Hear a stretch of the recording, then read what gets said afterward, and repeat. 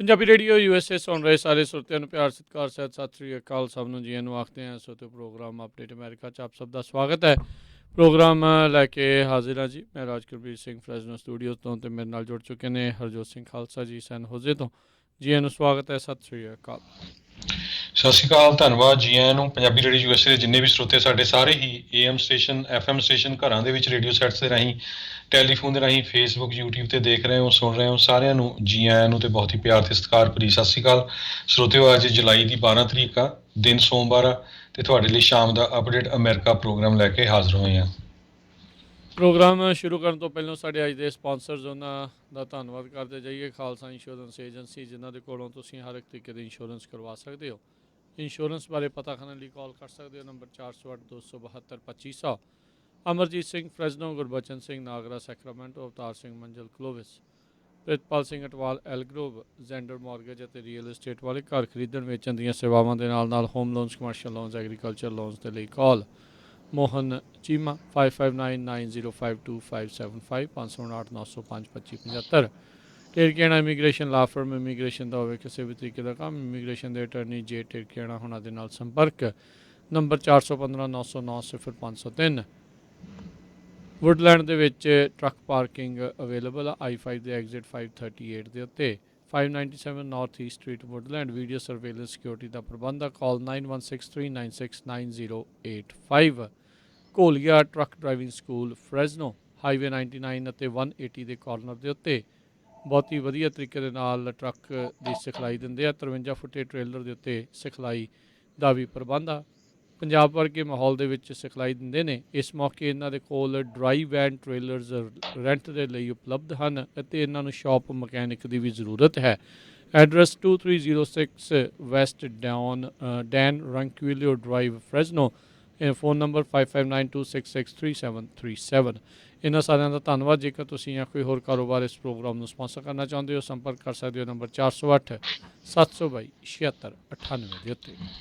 ਜੀ, ਅੱਜ ਦੀਆਂ ਖਬਰਾਂ ਵੱਲ ਆਈਏ। ਜਿਸ ਤਰ੍ਹਾਂ ਸਵੇਰੇ ਵੀ ਆਪਾਂ ਕਾਫੀ ਡਿਟੇਲ 'ਚ ਦੱਸਿਆ ਸੀ ਭਈ ਓਰੇਗਨ, ਕੈਲੀਫੋਰਨੀਆ ਅਤੇ ਬ੍ਰਿਟਿਸ਼ ਕੋਲੰਬੀਆ ਦੇ ਬਹੁਤ ਸਾਰੇ ਜਿਹੜੇ ਏਰੀਏ ਆ, ਉੱਥੇ ਕਾਫੀ ਵੱਡੀ ਗਿਣਤੀ ਦੇ ਵਿੱਚ ਅੱਗਾਂ ਲੱਗੀਆਂ ਹੋਈਆਂ ਹੈਗੀਆਂ। ਬ੍ਰਿਟਿਸ਼ ਕੋਲੰਬੀਆ ਦੇ ਵਿੱਚ 77 ਦੇ ਕਰੀਬ ਅਤੇ USA ਦੇ ਵਿੱਚ 55 ਦੇ ਕਰੀਬ ਜਿਹੜੀਆਂ ਅੱਗਾਂ ਆ ਉਹ ਇਸ ਵੇਲੇ ਲੱਗੀਆਂ ਹੋਈਆਂ ਆ। ਐਮਰਜੈਂਸੀ ਇਨਫੋਰਮੇਸ਼ਨ BC ਦੇ ਵਿੱਚ ਕਈ ਏਰੀਏ ਜਿਹੜੇ ਹੈਗੇ ਆ ਉਹ ਇਵੈਕੂਏਟ ਕੀਤੇ ਗਏ ਆ। ਕੈਰੀਬੂ ਰੀਜਨਲ ਡਿਸਟ੍ਰਿਕਟ ਜਿਹੜਾ ਹੈਗਾ ਬ੍ਰਿਟਿਸ਼ ਕੋਲੰਬੀਆ ਦੇ ਵਿੱਚ। ਇਸੇ ਤਰ੍ਹਾਂ ਜਿਹੜਾ ਓਰੇਗਨ ਦੇ ਵਿੱਚ ਬੂਟਲੈਗ ਫਾਇਰ ਜਿਹੜੀ ਆ ਉਹ 1,50,000 ਏਕੜ ਉੱਥੇ ਜਿਹੜਾ ਸੜ ਕੇ ਸਵਾਹ ਹੋ ਗਿਆ ਹੈਗਾ ਆ। ਇਸੇ ਤਰ੍ਹਾਂ ਓਰੇਗਨ ਦੇ ਵਿੱਚ ਵੀ ਕਹਿੰਦੇ ਭਈ ਹੋਰ ਕਈ ਏਰੀਏਜ਼ ਦੇ ਵਿੱਚ ਵੀ ਪਿਛਲੇ 3 ਦਿਨਾਂ ਤੋਂ ਅੱਗਾਂ ਲੱਗੀਆਂ ਹੋਈਆਂ ਹੈਗੀਆਂ ਆ। ਕੈਲੀਫੋਰਨੀਆ ਦੇ ਵਿੱਚ ਜਿਹੜੀ ਸ਼ਾਸਤਾ ਕਾਉਂਟੀ ਆ, ਉੱਥੋਂ ਰਿਪੋਰਟ ਆ ਰਹੀ ਹੈਗੀ ਆ ਵੀ ਉੱਥੇ ਵੀ ਅੱਜ ਅੱਗ ਲੱਗੀ ਸੀ ਕੁਛ ਘੰਟੇ ਪਹਿਲਾਂ। 7 ਤੋਂ 10 ਏਕੜ ਜਿਹੜੇ ਆ ਸੜ ਕੇ ਸਵਾਹ ਹੋ ਗਿਆ। ਵੈਸਟ ਵੈਲੀ ਹਾਈ ਸਕੂਲ ਏਰੀਆ ਉੱਥੇ ਇਵੈਕੂਏਟ ਕੀਤਾ ਗਿਆ ਹੈਗਾ।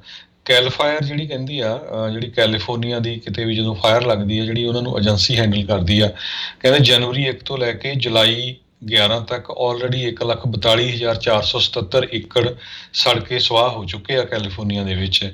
ਕੁਛ ਬਿਲਡਿੰਗਸ ਵੀ ਜਿਹੜੀਆਂ ਸੜ ਚੁੱਕੀਆਂ ਹੈਗੀਆਂ ਆ। ਸੋ ਕਾਫੀ ਜਗ੍ਹਾ ਦੇ ਉੱਤੇ ਜਿਹੜਾ ਅੱਗ ਆ ਉਸ ਨੇ ਆਪਣਾ ਜਿਹੜਾ ਨੁਕਸਾਨ ਕਰਨਾ ਸ਼ੁਰੂ ਕੀਤਾ ਹੋਇਆ। ਜੀ ਬਿਲਕੁਲ। ਇਸ ਟਾਈਮ ਜਿਹੜੀ ਸਭ ਤੋਂ ਵੱਡੀ ਅੱਗ ਕੈਲੀਫੋਰਨੀਆ ਦੀ ਆ, ਬੈਕਵਰਥ ਕੰਪਲੈਕਸ ਫਾਇਰ ਪਲੂਮਸ ਲੈਸਨ ਕਾਉਂਟੀਜ਼ ਦੇ ਵਿੱਚ ਜਿਹੜੀ ਉਹ ਹੈਗੀ ਆ। ਆਲਰੇਡੀ ਇਸ ਸਾਲ ਦੀ ਉਹ ਸਭ ਤੋਂ ਵੱਡੀ ਅੱਗ ਬਣ ਚੁੱਕੀ ਆ। ਪਿਛਲੇ 24 ਘੰਟਿਆਂ ਦੇ ਵਿੱਚ ਇਸ ਅੱਗ ਦੇ ਅਧੀਨ ਰਕਬਾ ਆ ਉਹ ਦੁੱਗਣਾ ਹੋ ਚੁੱਕਾ ਹੋਇਆ ਆ। ਹੁਣ ਤੱਕ ਤਕਰੀਬਨ 90,000 ਏਕੜ ਇਸ ਦੇ ਕਰਕੇ ਜਿਹੜੇ ਆ ਉਹ ਸੜ ਚੁੱਕੇ ਹੋਏ ਆ। ਅਤੇ ਅੱਜ ਸਵੇਰ ਤੱਕ ਕੈਲਫਾਇਰ ਨੇ ਦੱਸਿਆ ਸੀਗਾ ਵੀ 23% ਇਸ ਦੇ ਉੱਤੇ ਕਾਬੂ ਪਾਇਆ ਜਾ ਚੁੱਕਿਆ ਹੈਗਾ ਆ। ਸੋ ਇਹ ਨਵਾਡਾ ਦੇ ਬਾਰਡਰ ਦੇ ਨਜ਼ਦੀਕ ਲੇਕ ਟਾਹੋ ਤੋਂ ਨਾਰਥ ਵੈਸਟ ਦੇ ਉੱਤੇ ਜਿਹੜੀ ਅੱਗ ਇਸ ਟਾਈਮ ਚੱਲ ਰਹੀ ਹੈਗੀ ਆ। ਸਥਿਤੀ ਉਦੋਂ ਵੀ ਜ਼ਿਆਦਾ ਹੋਰ ਗੰਭੀਰ ਹੋ ਗਈ। ਖੁਸ਼ਕ ਤੇਜ਼ ਹਵਾਵਾਂ ਜਿਹੜੀਆਂ ਆ 30 ਮੀਲ ਫੀ ਘੰਟੇ ਦੀ ਰਫ਼ਤਾਰ ਦੇ ਨਾਲ ਜਿਹੜੀਆਂ ਉਹ ਆਈਆਂ, ਜਿਸ ਕਰਕੇ ਅੱਗ ਹੋਰ ਤੇਜ਼ੀ ਦੇ ਨਾਲ ਜਿਹੜੀ ਉਹ ਫੈਲੀ ਹੈਗੀ ਆ। ਸੋ ਕਾਫੀ ਜਿਹੜੀ ਇਸ ਟਾਈਮ ਭਿਆਨਕ ਹੈਗਾ ਆ। ਸੋ ਇਹਦੇ ਨਾਲ ਦੇਖੋ ਵਾਤਾਵਰਣ ਦੇ ਵਿੱਚ ਵੀ ਆਪਾਂ ਨੂੰ ਧੂੰਆਂ ਤੇ ਬਹੁਤ ਜ਼ਿਆਦਾ ਜਿਹੜੇ ਪਾਰਟੀਕਲਸ ਆ ਉਹ ਦੇਖਣ ਨੂੰ ਜਿਹੜੇ ਉਹ ਮਿਲਣਗੇ, ਜਿਹੜੇ ਖਾਸ ਕਰਕੇ ਉਹ ਲੋਕ ਜਿਨ੍ਹਾਂ ਨੂੰ ਸਾਹ ਲੈਣ ਦੇ ਵਿੱਚ ਤਕਲੀਫ ਰਹਿੰਦੀ ਆ, ਉਹਦੇ ਇਸ ਪੋਲਿਊਸ਼ਨ ਦੇ ਕਰਕੇ ਉਹਨਾਂ ਨੂੰ ਜਿਹੜਾ ਆ ਸਾਹ ਲੈਣ ਦੇ ਵਿੱਚ ਤਕਲੀਫ ਹੋਣ ਦੇ ਖਦਸ਼ਾ ਜਿਹੜਾ ਉਹ ਜ਼ਰੂਰ ਰਹੇਗਾ। ਸੋ ਆਪਾਂ ਸਾਰਿਆਂ ਨੂੰ ਹੀ ਚਲੋ ਹੁਣ ਆਪਾਂ ਇਹੀ ਉਮੀਦ ਕਰਦੇ ਹਾਂ ਵੀ ਇਹਨਾਂ ਦੇ ਉੱਤੇ ਕਾਬੂ ਪਵੇ, ਹੋਰ ਅੱਗਾਂ ਜਿਹੜੀਆਂ ਉਹ ਨਾ ਲੱਗਣ। ਪਰ ਇਸ ਵਾਰ ਕਾਫੀ ਬੈਡ ਸਥਿਤੀ ਜਿਹੜੀ ਆ ਸੋਕੇ ਦੇ ਕਰਕੇ, ਘੱਟ ਮੀਂਹ ਪੈਣ ਕਰਕੇ ਰੈਜ਼ਰਵਾਇਰਸ ਸੁੱਕੀ ਜਾ ਰਹੇ, ਸਾਰਾ ਕੁਛ ਜਿਹੜਾ ਉਹ ਚੌਂਸ਼ ਫੇਰਿਓ ਮਾਰ ਜਿਹੜੀ ਆ ਉਸ ਨੂੰ ਝੱਲਣਾ ਪੈ ਰਿਹਾ ਹੈਗਾ ਆ।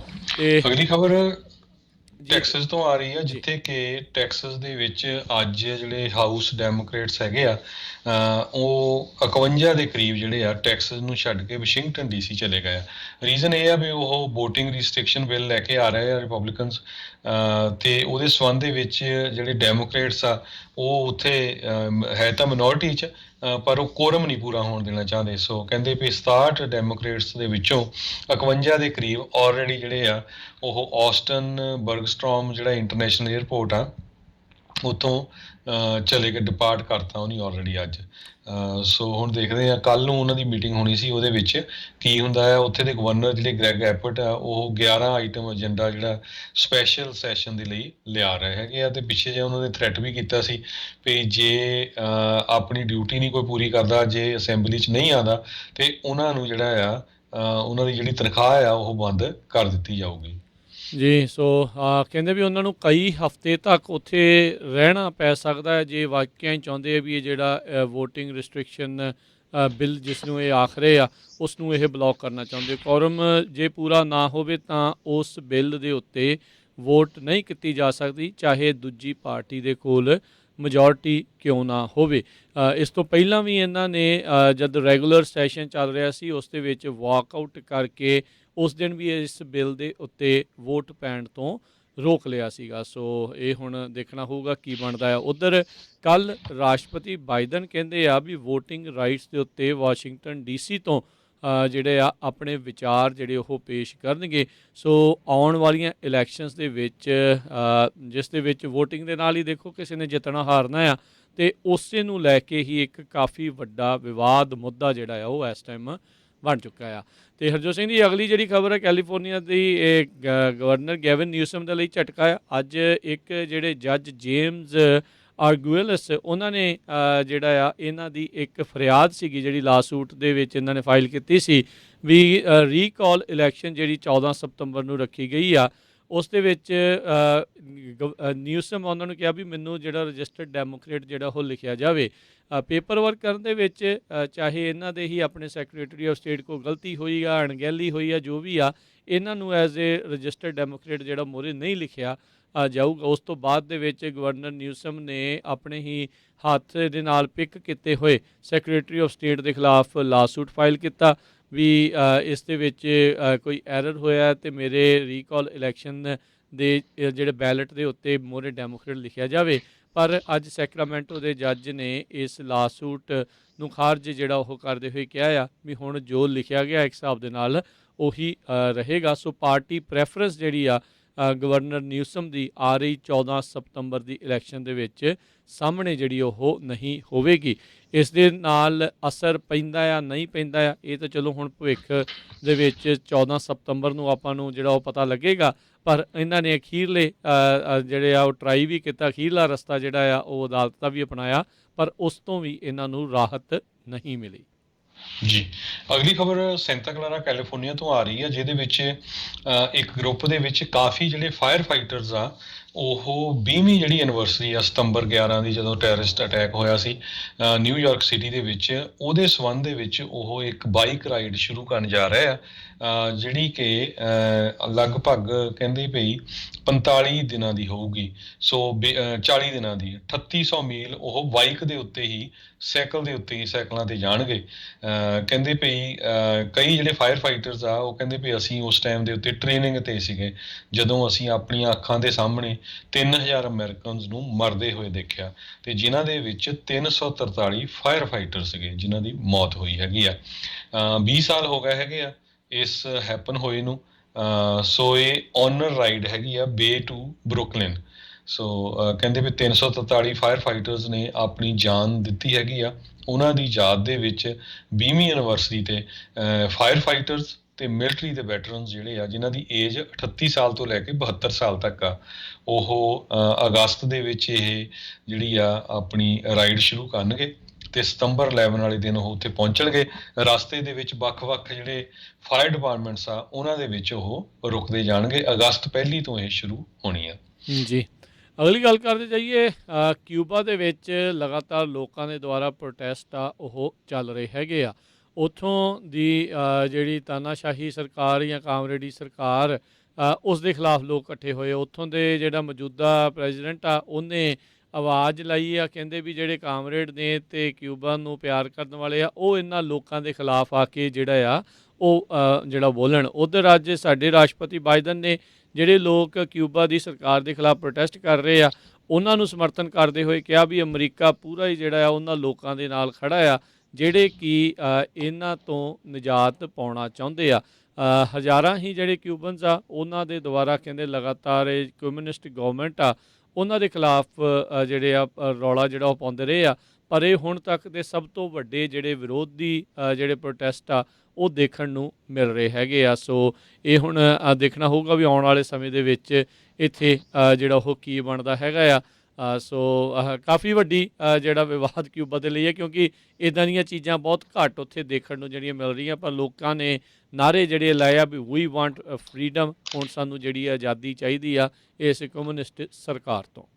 ਜੀ, ਅਗਲੀ ਖਬਰ ਜਿਹੜੀ ਆ CDC ਆ ਵੱਲੋਂ ਆ ਰਹੀ ਆ। ਉਹਨਾਂ ਨੇ ਇਹ ਕਿਹਾ ਵੀ ਜੌਨਸਨ ਐਂਡ ਜੌਨਸਨ ਦਾ ਜਿਹੜਾ ਵੈਕਸੀਨ ਸੀਗਾ ਉਹਦੇ ਨਾਲ ਇੱਕ ਰਿਸਕ ਹੋ ਸਕਦਾ ਨਿਊਰੋਲੋਜੀਕਲ ਡਿਸਆਰਡਰ ਦਾ।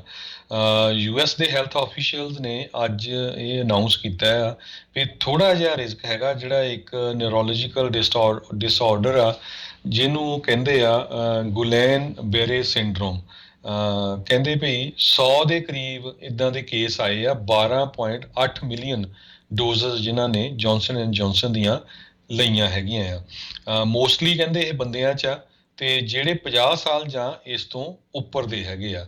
ਤੇ ਫਾਈਜ਼ਰ, ਬਾਇਓਟੈਕ ਤੇ ਮੋਡਰਨਾ ਦੇ ਵੈਕਸੀਨ ਜਿਹੜੇ ਆ ਉਹ 320 ਮਿਲੀਅਨ ਡੋਜ਼ਸ ਉਹਦੀਆਂ ਆਲਰੇਡੀ ਐਡਮਿਨਿਸਟਰ ਹੋ ਚੁੱਕੀਆਂ ਹੈਗੀਆਂ। ਸੋ ਇਸ ਨਵੇਂ ਸਿੰਡਰੋਮ ਦੇ ਨਾਲ ਕਹਿੰਦੇ ਵੀ ਇਹ ਕਾਫੀ ਲੋਕ ਘਬਰਾ ਸਕਦੇ ਆ।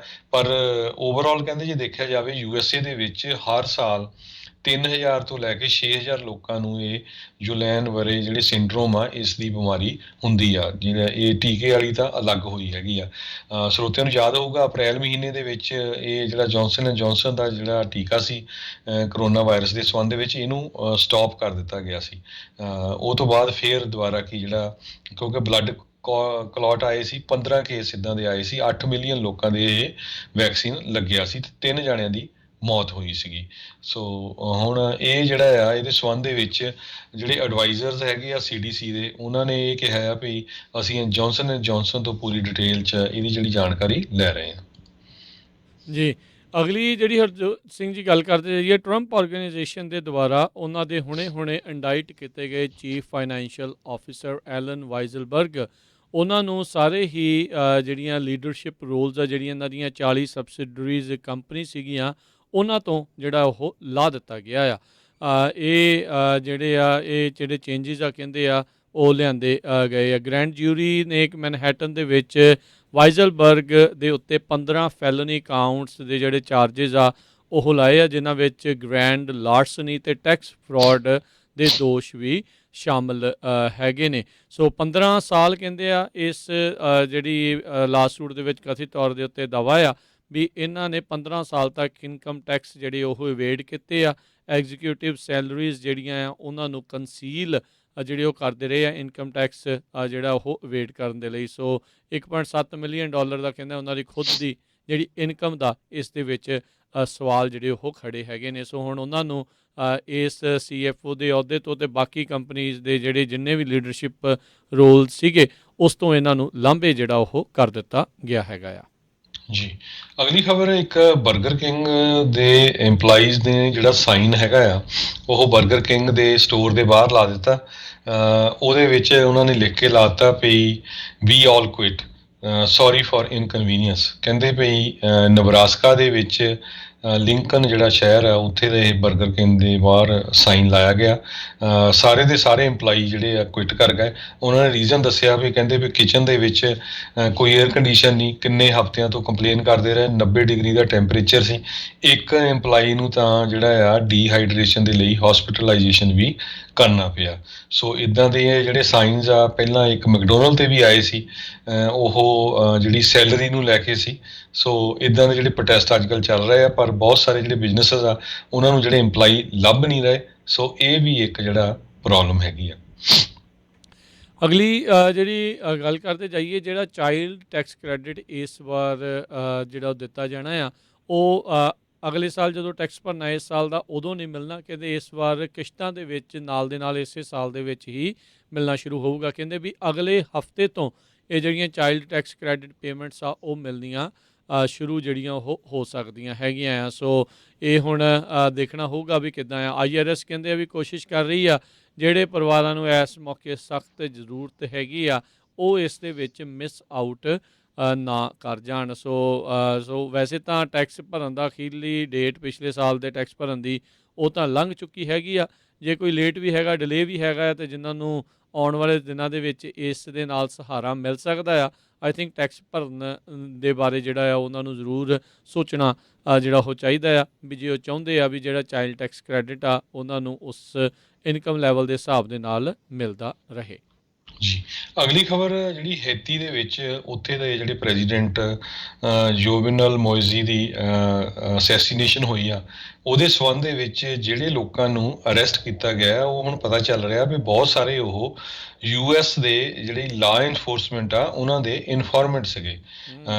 ਇੱਕ ਤਾਂ ਜਿਹੜਾ ਇਹ ਵੀ ਪਤਾ ਚੱਲ ਰਿਹਾ, ਜਿਹੜਾ ਇੱਕ ਮੇਨ ਬੰਦਾ ਉਹਨਾਂ 'ਚੋਂ ਫੜਿਆ ਗਿਆ ਆ ਵੀ ਉਹ US ਡਰੱਗ ਇਨਫੋਰਸਮੈਂਟ ਐਡਮਿਨਿਸਟ੍ਰੇਸ਼ਨ ਦੇ ਲਈ ਇਨਫੋਰਮੈਂਟ ਸੀਗਾ।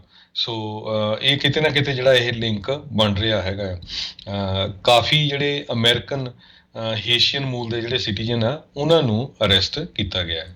ਜੀ, ਅਗਲੀ ਜਿਹੜੀ ਹਰਜੋਤ ਸਿੰਘ ਦੀ ਗੱਲ ਕਰਦੇ ਜੀ, ਇਹ ਦੋ ਜਿਹੜੇ ਆ ਵੱਡੇ ਜਿਹੜੀਆਂ ਖੇਡਾਂ ਦੇ ਕੱਪ ਜਿਹੜੇ ਉਹ ਦੇਖੇ ਗਏ। ਇੱਕ ਜਿਹੜਾ ਆ ਸਦਰਨ ਅਮਰੀਕਾ ਦੇ ਵਿੱਚ ਜਿਹੜਾ ਕੋਪਾ ਅਮਰੀਕਾ ਸੀਗਾ, ਜਿਸ ਦੇ ਵਿੱਚ ਬ੍ਰਾਜ਼ੀਲ ਅਤੇ ਅਰਜਨਟੀਨਾ ਦੇ ਦਰਮਿਆਨ ਫਾਈਨਲ ਮੁਕਾਬਲਾ ਖੇਡਿਆ ਗਿਆ। ਇਹ ਜਿਹੜਾ ਫੁੱਟਬਾਲ, ਜਿਸ ਨੂੰ ਸਾਰੀ ਦੁਨੀਆ ਫੁੱਟਬਾਲ ਅਤੇ ਅਮਰੀਕਾ ਦੇ ਵਿੱਚ ਇਹ ਸੌਕਰ ਕਰਕੇ ਜਿਹੜਾ ਉਹ ਜ਼ਿਆਦਾ ਜਾਣਿਆ ਜਾਂਦਾ ਆ। ਸੋ ਕੋਪਾ ਅਮਰੀਕਾ ਦੇ ਵਿੱਚ ਅਰਜਨਟੀਨਾ ਨੇ ਬ੍ਰਾਜ਼ੀਲ ਨੂੰ 0 ਦੇ ਮੁਕਾਬਲੇ 1 ਗੋਲ ਦੇ ਨਾਲ ਇਹ ਹਰਾਇਆ ਹੈਗਾ ਆ ਅਤੇ ਇਹ ਅਰਜਨਟੀਨਾ ਜਿਹੜੇ ਉਹ ਜੇਤੂ ਰਹੇ ਆ।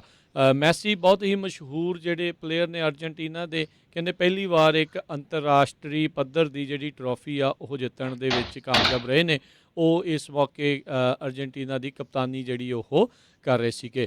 ਉੱਧਰ ਜਿਹੜਾ ਯੂਰੋ ਕੱਪ ਖੇਡਿਆ ਗਿਆ ਆ ਉਹ ਇੰਗਲੈਂਡ ਦੇ ਨਾਲ ਜਿਹੜਾ ਆ ਇਟਲੀ ਦਾ ਫਾਈਨਲ ਮੁਕਾਬਲਾ ਕੱਲ੍ਹ ਐਤਵਾਰ ਨੂੰ ਖੇਡਿਆ ਗਿਆ, ਜਿਸ ਦੇ ਵਿੱਚ ਪੂਰਾ ਸਮਾਂ ਹੋਣ ਤੱਕ ਦੋਨਾਂ ਟੀਮਾਂ ਇੱਕ ਗੋਲ ਦੇ ਉੱਤੇ ਬਰਾਬਰ ਰਹੀਆਂ, ਪਰ ਬਾਅਦ ਦੇ ਵਿੱਚ ਜਿਹੜਾ ਪੈਨਲਟੀਜ਼ ਦੇ ਸ਼ੂਟ ਆਊਟ ਹੋਇਆ, ਜਿਸ ਦੇ ਵਿੱਚ 2 ਦੇ ਮੁਕਾਬਲੇ 3 ਗੋਲਾਂ ਦੇ ਨਾਲ ਇਟਲੀ ਨੇ ਜਿਹੜਾ ਆ ਇਸ ਯੂਰੋ ਕੱਪ ਦੇ ਉੱਤੇ ਜਿੱਤ ਪ੍ਰਾਪਤ ਕੀਤੀ। ਇੰਗਲੈਂਡ ਦੀ ਤਰਫੋਂ ਜਿਹੜੇ 3 ਪਲੇਅਰ ਆ ਉਹ ਜਿਹੜੀ ਪੈਨਲਟੀ ਆ ਉਸ ਨੂੰ ਗੋਲ ਦੇ ਵਿੱਚ ਤਬਦੀਲ ਕਰਨ ਦੇ ਵਿੱਚ ਨਾਕਾਮਯਾਬ ਜਿਹੜੇ ਹੋ ਰਹੇ, ਜਿਸ ਤੋਂ ਬਾਅਦ ਦੇ ਵਿੱਚ ਕਈ ਤਰੀਕੇ ਦੀਆਂ ਜਿਹੜੀਆਂ ਗੱਲਾਂ ਵੀ ਨਿਕਲੀਆਂ। ਕੁਦਰਤੀ ਤੌਰ ਦੇ ਉੱਤੇ ਜਿਹੜੇ ਆ ਕੋਇਨਸੀਡੈਂਟਲੀ ਕਹਿੰਦੇ ਵੀ ਤਿੰਨੇ ਜਿਹੜੇ ਪਲੇਅਰ ਜਿਨ੍ਹਾਂ ਨੇ ਮਿਸ ਕੀਤਾ ਸੀਗਾ ਉਹ ਕਾਲੇ ਮੂਲ ਦੇ ਸੀਗੇ। ਬਾਅਦ ਦੇ ਵਿੱਚ ਕਹਿੰਦੇ ਵੀ ਉਹਨਾਂ ਦੇ ਜਿਹੜੇ ਇੰਸਟਾਗ੍ਰਾਮ ਅਤੇ ਬਾਕੀ ਲੋਕਾਂ ਨੇ ਟਵਿੱਟਰ ਦੇ ਉੱਤੇ ਕਈ ਜਿਹੜੀਆਂ ਆ ਉਹ ਮੰਦਭਾਗੀਆਂ ਗੱਲਾਂ ਉਹਨਾਂ ਦੇ ਬਾਰੇ ਜਿਹੜੀਆਂ ਉਹ ਲਿਖੀਆਂ। ਇੱਕ ਵੀਡੀਓ ਵੀ ਕੱਲ੍ਹ ਜਿਹੜੀ ਉਹ ਸਾਹਮਣੇ ਆਈ, ਜਿਸ ਦੇ ਵਿੱਚ ਇੰਗਲੈਂਡ ਦੇ ਜਿਹੜੇ ਫੈਨਸ ਆ ਇਟਲੀ ਦੇ ਫੈਨਸ ਨੂੰ ਬਾਅਦ ਦੇ ਵਿੱਚ ਉੱਥੇ ਕੁੱਟਦੇ ਨਜ਼ਰ ਆਏ, ਕਿਉਂਕਿ ਇੰਗਲੈਂਡ ਦੇ ਵੈਂਬਲੀ ਜਿਹੜੇ ਸਟੇਡੀਅਮ ਆ ਉਸ ਦੇ ਵਿੱਚ ਇਹ ਮੈਚ ਖੇਡਿਆ ਗਿਆ ਸੀਗਾ, ਜਿਸ ਦੇ ਵਿੱਚ ਇਟਲੀ ਨੇ ਜਿੱਤ ਪ੍ਰਾਪਤ ਕੀਤੀ ਹੈ। ਇਹ ਜ਼ਿਆਦਾ ਜਿਹੜਾ ਹਰਜੋਤ ਸਿੰਘ ਜੀ ਰੌਲਾ ਇਸ ਲਈ ਰਿਹਾ ਸੀਗਾ, ਕਾਫੀ ਜ਼ਿਆਦਾ ਸੋਸ਼ਲ ਮੀਡੀਆ ਦੇ ਉੱਤੇ ਇਸ ਕ੍ਰੇਜ਼ ਸੀਗਾ ਵੀ ਇਟਸ ਕਮਿੰਗ ਹੋਮ, ਅਤੇ ਬਾਅਦ ਦੇ ਵਿੱਚ ਇਟਲੀ ਦੇ ਇੱਕ ਪਲੇਅਰ ਨੇ ਮੈਚ ਜਿੱਤਣ ਤੋਂ ਬਾਅਦ ਦੇ ਵਿੱਚ ਕਿਹਾ ਵੀ ਇਟਸ ਕਮਿੰਗ ਟੂ ਰੋਮ, ਵੀ ਜਿਹੜਾ ਇਟਲੀ ਦਾ ਜਿਹੜਾ ਉਹ ਸ਼ਹਿਰ ਹੈਗਾ ਆ। ਸੋ ਕਾਫੀ ਜ਼ਿਆਦਾ ਜਿਹੜਾ ਆ ਇਹ ਰਿਹਾ, ਪਰ ਸਾਰਿਆਂ ਨੇ ਇਸ ਚੀਜ਼ ਦੀ ਕੜੀ ਨਿੰਦਾ ਜਿਹੜੀ ਕੀਤੀ ਆ, ਖਾਸ ਕਰਕੇ ਜਿਹੜੇ ਕਾਲੇ ਮੂਲ ਦੇ ਪਲੇਅਰਸ ਆ ਉਹਨਾਂ ਦੇ ਉੱਤੇ ਜਿਹੜੀਆਂ ਇਹ ਮੰਦਭਾਗੀਆਂ ਟਿੱਪਣੀਆਂ ਲੋਕਾਂ ਦੇ ਦੁਆਰਾ ਜਿਹੜੀਆਂ ਉਹ ਕੀਤੀਆਂ ਜਾ ਰਹੀਆਂ ਹੈਗੀਆਂ। ਸੋ ਕਹਿੰਦੇ ਵੀ ਰੇਸਿਸਟ ਸਲਰਸ ਦਾ ਵੀ ਉਹਨਾਂ ਨੂੰ ਸਾਹਮਣਾ ਕਰਨਾ ਪਿਆ। ਇੱਕ ਹੋਰ ਮਾੜੀ ਖਬਰ ਆ ਰਹੀ ਹੈ। ਲੈਜੈਂਡਰੀ ਜਿਹੜੇ ਹਾਲ ਆਫ ਫੇਮਰ ਮਿਸਟਰ ਵੰਡਰਫੁਲ ਪੌਲ ਔਨਡੋਫ ਜਿਹੜੇ ਆ, ਇਹ ਉਹ ਅੱਜ ਜਿਹੜੀ ਉਹਨਾਂ ਦੀ ਮੌਤ ਹੋ ਗਈ ਹੈਗੀ ਆ। 71 ਸਾਲਾਂ ਦੇ ਸੀ। ਰੈਸਲਿੰਗ ਵਰਲਡ ਦੇ ਵਿੱਚ ਉਹ ਬਹੁਤ ਹੀ ਜਾਣੀ ਪਛਾਣੀ ਸ਼ਖਸੀਅਤ ਸੀ। ਜੀ। ਤੇ ਹਰਜੋਤ ਸਿੰਘ ਜੀ, ਆਪਣਾ ਸਮਾਂ ਵੀ ਆਪਣੇ ਅੱਜ ਦੇ ਪ੍ਰੋਗਰਾਮ ਦਾ ਇੱਥੇ ਹੀ ਸਮਾਪਤੀ ਦੇ ਵੱਲ ਨੂੰ, ਅਤੇ ਜਾਣ ਤੋਂ ਪਹਿਲਾਂ ਸਟਾਕ ਮਾਰਕੀਟਸ ਦੇ ਉੱਤੇ ਵੀ ਜੇ ਆਪਾਂ ਨਜ਼ਰ ਮਾਰਦੇ ਜਾਈਏ ਤਾਂ ਅੱਜ ਡਾਓ ਜੋਨਸ ਹਫਤੇ ਦੀ ਸ਼ੁਰੂਆਤ ਦੇ ਪਹਿਲੇ ਦਿਨ ਸੋਮਵਾਰ ਨੂੰ 126 ਪੁਆਇੰਟ ਵੱਧ ਕੇ ਬੰਦ ਹੋਇਆ। 34,996 ਦੇ ਉੱਤੇ ਇਹ ਡਾਓ ਜੋਨਸ ਕਲੋਜ਼ ਹੋਇਆ। ਨੈਸਡੈਕ ਦੇ ਵਿੱਚ ਵੀ 31 ਪੁਆਇੰਟਾਂ ਦਾ ਜਿਹੜਾ ਵਧਾ ਦੇਖਿਆ ਗਿਆ। 14,733 ਦੇ ਉੱਤੇ ਇਹ ਬੰਦ ਹੋਇਆ। S&P 15 ਪੁਆਇੰਟ ਦੇ ਉਛਾਲ ਤੋਂ ਬਾਅਦ 43,185 ਦੇ ਉੱਤੇ ਇਹ ਬੰਦ ਹੋਇਆ। 10 ਈਅਰ ਯੀਲਡ ਦੇ ਵਿੱਚ ਗਿਰਾਵਟ ਹੋ ਰਹੀ ਆ, 1.36% ਦੇ ਉੱਤੇ ਰਿਹਾ। ਸੋਨੇ ਦਾ ਭਾਅ $1,807 ਪ੍ਰਤੀ ਆਉਂਸ ਰਿਹਾ। ਇੱਕ US ਡਾਲਰ ਦੀ ਕੀਮਤ ਕੈਨੇਡਾ ਦੇ $1 ਤੇ 24 ਸੈਂਟ ਦੇ ਬਰਾਬਰ ਰਹੀ ਆ। ਇੱਕ US ਡਾਲਰ ਦੀ ਕੀਮਤ ਇੰਡੀਆ ਦੇ 74 ਰੁਪਏ ਤੇ 54 ਪੈਸੇ ਦੇ ਬਰਾਬਰ ਰਹੀ ਆ। ਜੀ। ਤੇ ਜੇ ਬਿਟਕੋਇਨ ਦੀ ਗੱਲ ਕਰਦੇ ਜਾਈਏ ਤੇ ਇਸ ਮੌਕੇ ਪ੍ਰੋਗਰਾਮ ਕਰਦੇ ਹੋਏ $33,077 ਇਸ ਦੀ ਕੀਮਤ ਰਹੀ। ਤੇ ਇੱਥੇ ਹੀ ਸਾਡਾ ਅੱਜ ਦਾ ਪ੍ਰੋਗਰਾਮ ਸਮਾਪਤ ਹੈ। ਇਸ ਤੋਂ ਬਾਅਦ ਦੇ ਵਿੱਚ ਜਿਹੜਾ ਉਹ ਪ੍ਰੋਗਰਾਮ ਗੁਰਬਾਣੀ ਦਾ ਸ਼ਾਮ ਤੋਂ ਜਿਹੜਾ 6 ਤੋਂ 8 ਵਜੇ ਦੇ ਦਰਮਿਆਨ ਹੋਵੇਗਾ। ਫਿਰ ਰਾਤ ਨੂੰ 8:30 ਵਜੇ ਖਬਰ ਤੇ ਨਜ਼ਰ ਪ੍ਰੋਗਰਾਮ ਬਲਤੇਜ ਪੰਨੂ ਹੋਣਾ ਦੇ ਨਾਲ, ਜਿਸ ਦੇ ਵਿੱਚ ਜਿਹੜੀਆਂ ਕਾਲਸ ਆ ਉਹ ਵੀ ਤੁਹਾਡੀਆਂ ਲਈਆਂ ਜਾਣਗੀਆਂ। ਸੋ ਇੱਦਾਂ ਹੀ ਪੰਜਾਬੀ ਰੇਡੀਓ ਇਸੇ ਦੇ ਉੱਤੇ ਪ੍ਰੋਗਰਾਮ ਚੱਲਦੇ ਰਹਿਣਗੇ।